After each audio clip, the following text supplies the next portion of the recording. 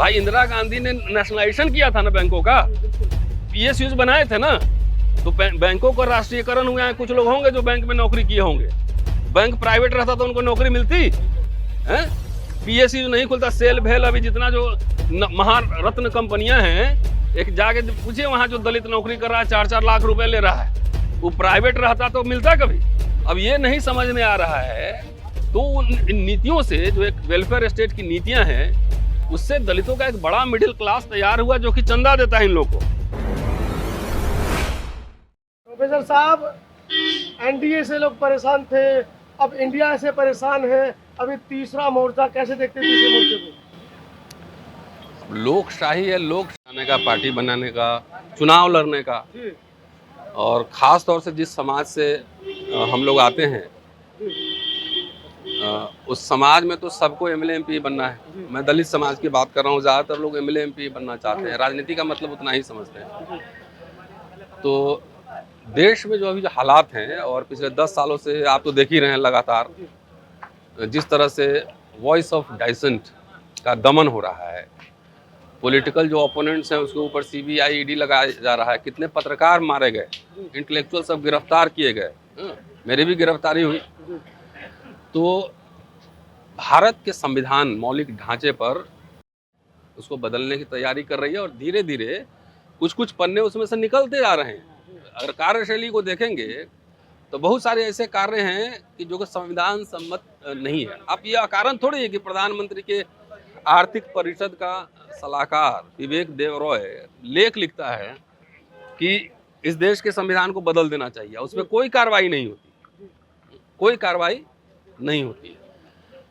आप और कुछ बोले तो भावना किसी की हाथ हो जाएगी, ये कुछ बोले, एक लाइन लिख दे तो भावना, सब जगह केस हो जाता है। तो ये समझिए कि आरएसएस, बीजेपी ऐसे लोगों को प्रोटेक्ट करती है। कई जगह आपने ऐसा देखा हुआ कि रेप में फंस गया कोई आरएसएस का कार्यकर्ता, तो बोल देगा 2 महीना पहले हमने पार्टी से निकाल दिया था। तो जो करप्ट लोग जो बीजेपी में चले जाते हैं वो सब हो जाते हैं एकदम ड्राई क्लीन हो जाते हैं। ओपोजिशन में रहते हैं तो करप्ट रहते हैं। अभी नू वाले मामले में भी बजरंगी को उन्होंने बोल दिया कि हमारा आदमी नहीं है। वही बात है ना कि ये पूरी इनकी आदत है। तो गोडसे को भी नकार देंगे, किसी को भी नकार देते हैं। तो जब से भारत आज़ाद हुआ है तो संविधान का बनना मनुस्मृति पर एटम बम है, मैं ये समझता हूँ। और जब से संविधान लागू हुआ तभी से आरएसएस कह रही थी कि इस संविधान को हम नहीं मानते। ठीक है साहब। तो जब जो फुल फ्लेजेड पावर में है, और चूंकि अब लोगों की चेतना भी जगी है, तो एक करके नहीं, किस्तों में घोषणा नहीं करेगा। बीच बीच में ट्रायल टेस्टिंग लेता है, कभी धर्म संसद में साधु से कहलवा देगा, कभी आर्टिकल लिखवाएगा। ये मामला है, ये पूरा संविधान पर अटैक है। देखिए, निजीकरण हुआ है पूरा, वो किसका गया? मैंने आंकड़े दिए कि उसमें जब नौकरी खत्म हुई तो किसकी नौकरी मारी गई? दलित पिछड़े गए ना, आदिवासी सब गए।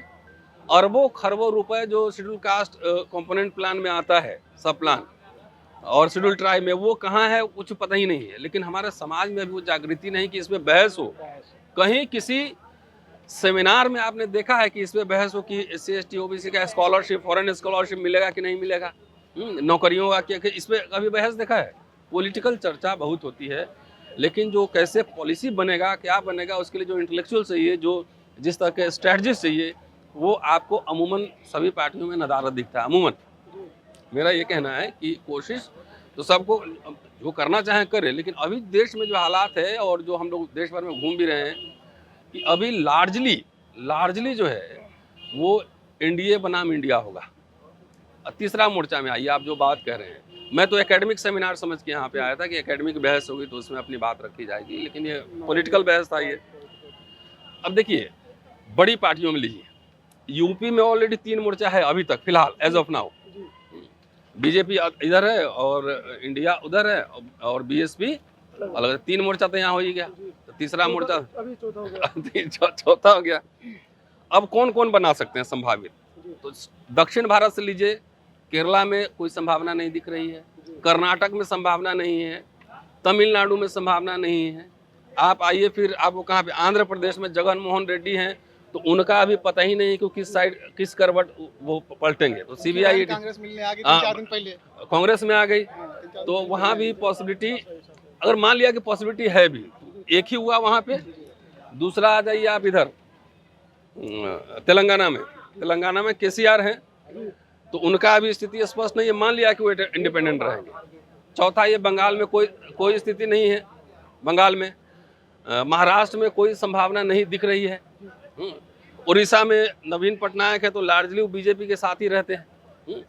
तो अगर संभावना हुई तीसरा मोर्चा बनने का, तो वो मुझे लगता है पोस्ट इलेक्शन बन सकता है, जिसमें अगर बीएसपी 10, 20, 50, 100 सीट जीत ले, या जगन मोहन रेड्डी जीत ले, या फिर केसीआर जीत ले, या नवीन, ये मिलकर बना सकते हैं, ये पॉसिबिलिटी हो सकती है। तो छोटी छोटी जो पार्टियां हैं, वो जब मोर्चा होगा तो वो तो चौथा मोर्चा है।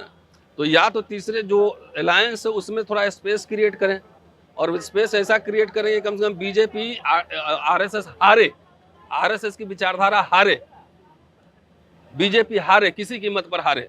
क्योंकि इस बार अगर आ गई तो चुनाव भी नहीं होंगे, संविधान भी बदलेगा, आरक्षण परक्षण सब खत्म हो जाएगा। अब विशेष रूप से दलित लोगों को मैं कह रहा हूँ, लखनऊ में हूँ, ये दलित लोगों को कह रहा हूँ कि भैया संभल के वोट देना, संभल के वोट देना, क्योंकि इस बार बीजेपी आ गई ना, तो आरक्षण सब खत्म, पेट पे जितना चर्बी निकला हुआ ना, वो सब चर्बी भी ठीक हो जाएगा, खेत में काम करवाएगा, बीपी शुगर सब ठीक हो जाएगा। पुनः प्रकृति के गोद में बीजेपी आरएसएस भेजने की तैयारी कर रही है। तो ये बात है, इसलिए लार्जली जो भारत का चुनाव होना है, अब सब पार्टी का अपना अपना इंडिपेंडेंस है, अपने हिसाब से तय करेगी। लेकिन अगर उत्तर प्रदेश को ही देखें, देखिए ये कोई आसान बात नहीं है। जो इंडिया बना है उसमें वैसी वैसी पार्टियां शामिल हैं जो एक दूसरे के एकदम कट्टर विरोधी रहे। कम्युनिस्ट पार्टी शामिल है, उसमें माले शामिल हैं, उसमें कांग्रेस शामिल है, आरजेडी, और इन पार्टियों का उदय तो कांग्रेस के खिलाफ हुआ था आंदोलन करके, ठीक है ना। वो लोग सब मतभेद बुलाकर शामिल है। इसका मतलब है कि नेताओं को अब एहसास हो गया है कि अब खुली घोषणा हो रही है कि संविधान बदल दे। मध्य प्रदेश में वायलेंस हो रहे हैं, उत्तर प्रदेश में भी हो रहे हैं, हर जगह हो रहे हैं, रेप हो रहा है, मर्डर हो रहा है, माथे पे पेशाब कर रहा है। तो ये दलित समाज को नहीं दिख रहा है। सरकारी स्कूल लाखों बंद हो चुके हैं, तो गरीब लोगों के बच्चे कहाँ पढ़ते थे? उसी स्कूल में पढ़ते थे ना। मैं कहाँ पढ़ा हूँ? मैं अपने गांव के स्कूल में पढ़ा हूँ, और वहीं से पढ़ के दिल्ली यूनिवर्सिटी तक की यात्रा है। तो सरकारी स्कूल का एजुकेशन बेहतर रहता तो गरीब के बच्चे तो वहीं पढ़ेंगे ना। सारा स्कूल खत्म हो गया है, यूनिवर्सिटी बर्बाद किए जा रहे हैं, सारे संस्थान बर्बाद किए जा रहे हैं। मैं समाज से क्या अपील कर रहा हूँ कि अपने लिए, अपने बच्चों के भविष्य के लिए कम से कम ये सब जो प्रक्रिया चल रही है याद रखना वोट देते समय, कि आखिर देखिए कोई अगर कहे कि 70 साल क्या हुआ, आरएसएस वाले कहते हैं 70 साल क्या हुआ। कुछ लोग कह रहे हैं कि 2014 में जो है आज़ादी मिली। तो ये आरएसएस बीजेपी कहेगा तो ठीक, हमको समझ में आता है। यहाँ का दलित क्यों कहेगा भाई? यहाँ क्यों कहेगा भाई? इतने संस्थान बने हैं, आप मिडिल क्लास जो फॉर्मेशन हुआ है पब्लिक सेक्टर यूनिट से हुआ है। ऐसे में बहुजनों को क्या करना चाहिए? अब आगे की क्या रणनीति? बीजेपी को हराने के लिए जो जहाँ हरा सकता है उसको वोट देना चाहिए। एकदम खुला ऐलान है अब ये बीजेपी को जोन जहां हराने की स्थिति में वोट बर्बाद मत करना। बीजेपी को हराओ, इतना भयानक तरीके से हराओ कि कम से कम 50 साल तक जो है ना हिम्मत ना हार सके। और हमारा काम जो है, हमारा काम एजेंडा सेटिंग करना है। स्कॉलरशिप का क्या होगा, स्कूल का क्या होगा, कॉलेज का क्या होगा, हमारे बच्चे पढ़ेंगे कहाँ, रोजगार का क्या होगा, सुरक्षा का क्या होगा। हमारा काम एजेंडा सेटिंग करना है लगातार इसमें जी। लेकिन कहा जा रहा है कि आप चाहे कांग्रेस को वोट डालें चाहे आपको डालें, लेकिन वोट जो भी है सभी बीजेपी को ही जाएंगे। कैसे? वो ईवीएम के थ्रू जो कहा जा रहा है। ईवीएम तो हम लोग तो मुद्दा उठा ही रहे हैं ना, पॉलिटिकल पार्टीज उठाए ना भाई। सत्ता उनको लेना है, पीएम सीएम उनको बनना है। तो एज ए सोशल एक्टिविस्ट तो ईवीएम के खिलाफ हम लोग लगातार बोल रहे हैं ना। तो ये पॉलिटिकल पार्टी जाके संसद में नया कानून बनेगा तभी ये हटेगा ना। तो ये कौन बोलेगा? ये पॉलिटिकल पार्टी को ही बोलना पड़ेगा। क्या लगता है कि पॉलिटिकल पार्टियां जो बोल नहीं रही है इसके लिए, तो क्या वजह है? जब हारती है तो बोलती है, वैसे बोलती है नहीं बोलना चाहिए ना। मैं ये कह रहा हूँ, मेरा एक वीडियो राहुल गांधी ने फेसबुक पे डाला था, कई करोड़ लोगों ने देखा था, प्रेस कॉन्फ्रेंस का ईवीएम पे। तो सिर्फ शेयर न करें ना, संसद में उठाए, बोले बैलेट पेपर से होगा। तो ये तो संसद से ही होना है, इसको एजेंडा में आना चाहिए कि हम बैलेट पेपर से चुनाव करवाएं। अब चुनाव हार जाए उसके बाद बोले कि ईवीएम में गड़बड़ी है। तो सोशल एक्टिविस्ट तो लगातार इसे कर रहे हैं कि हमारे कहने से बन जाएगा उधर संसद में कानून। पॉलिटिकल पार्टी जितने हैं वो संसद में जाएं, बोले कि इस कानून को हम खत्म करते हैं, ईवीएम खत्म करेंगे। और सीधा ईवीएम पे तो लगातार सवाल उठते रहे हैं। अभी तो बॉम्बे हाई कोर्ट में केस पेंडिंग है, कई जगह केस पेंडिंग है। आज ही ताजा खबर है कि एक देश एक चुनाव, उसके ऊपर क्या कहना चाहिए? तो वो आगे बोले हैं कि एक पार्टी एक वोटर, इसका अगला एक्सटेंशन है। एक पार्टी मतलब बीजेपी पार्टी, या वोटर मतलब खाली बीजेपी का वोटर। बीजेपी के नेता सब चाइना बहुत जाते हैं, क्यों जाते हैं पता है आपको? वहाँ के वन पार्टी है ना, वन पार्टी है ना, तो वहाँ जाके ट्रेनिंग लेने जाते हैं कि कैसे हमको एकदम तानाशाही गवर्नमेंट हमको बनाना है, वहीं से ट्रेनिंग लेने जाते हैं। इसलिए वन नेशन कैसे हो सकता है? आपको पता है कि उसमें 50% राज्यों की सहमति चाहिए, पता है कि नहीं पता है? तो आप जबरदस्ती किसी को थोपेंगे तो आप देश की एकता और अखंडता को जो है ना आप ध्वस्त करेंगे। 50% राज्यों का उसमें समर्थन चाहिए। कोई प्रोसीजर है कि नहीं है कि ऐसे जब मन हुआ पार्लियामेंट का स्पेशल सेशन बुला ली? तो ये सब मैं इसलिए कह रहा हूं कि संविधान पे धीरे धीरे जो ना संवैधानिक मूल्यों की खात्मा कर रहा है बीजेपी। इसीलिए डाइवर्स इंटरेस्ट होने के बावजूद, ओपोजिट इंटरेस्ट होने के बावजूद विपक्ष में लोग इकट्ठा हो रहे हैं। ये समझिए बात। पूरी दुनिया में भारत का नाम हो रहा है और आप सरकार के ऊपर लगा रहे हैं कुछ आरोप।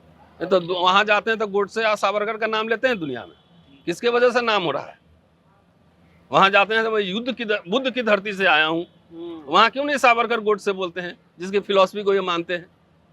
इसरो बना था तो ये थोड़े ही बना है और एक दिन में चंद्रमा में पहुंचा है। इंदिरा गांधी बनाई थी इसरो, पहले सुन लीजिए। कहते हैं 70 साल में कुछ नहीं हुआ है।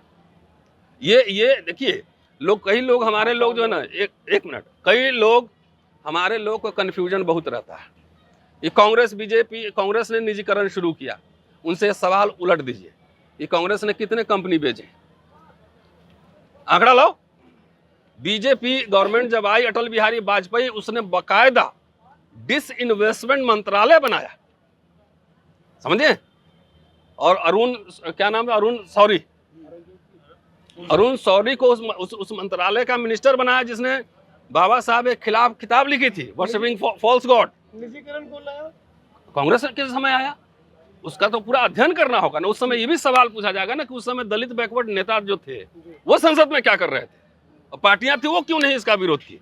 उनकी परिस्थितियों का अध्ययन करना पड़ेगा। लाया, लेकिन लाइसेंस राज खत्म किया, बेचा नहीं। और बीजेपी सरकार आके पूरा मंत्रालय बना दिया कि हम बेच ही डालेंगे सबको। अब देख लीजिए, धार बिक रहा है, खरीद कौन रहा है? अडानी। तो दोनों में अंतर नहीं समझ में आ रहा है। अंतर नहीं समझ में आ रहा तो इसका मतलब कुछ दिक्कत है।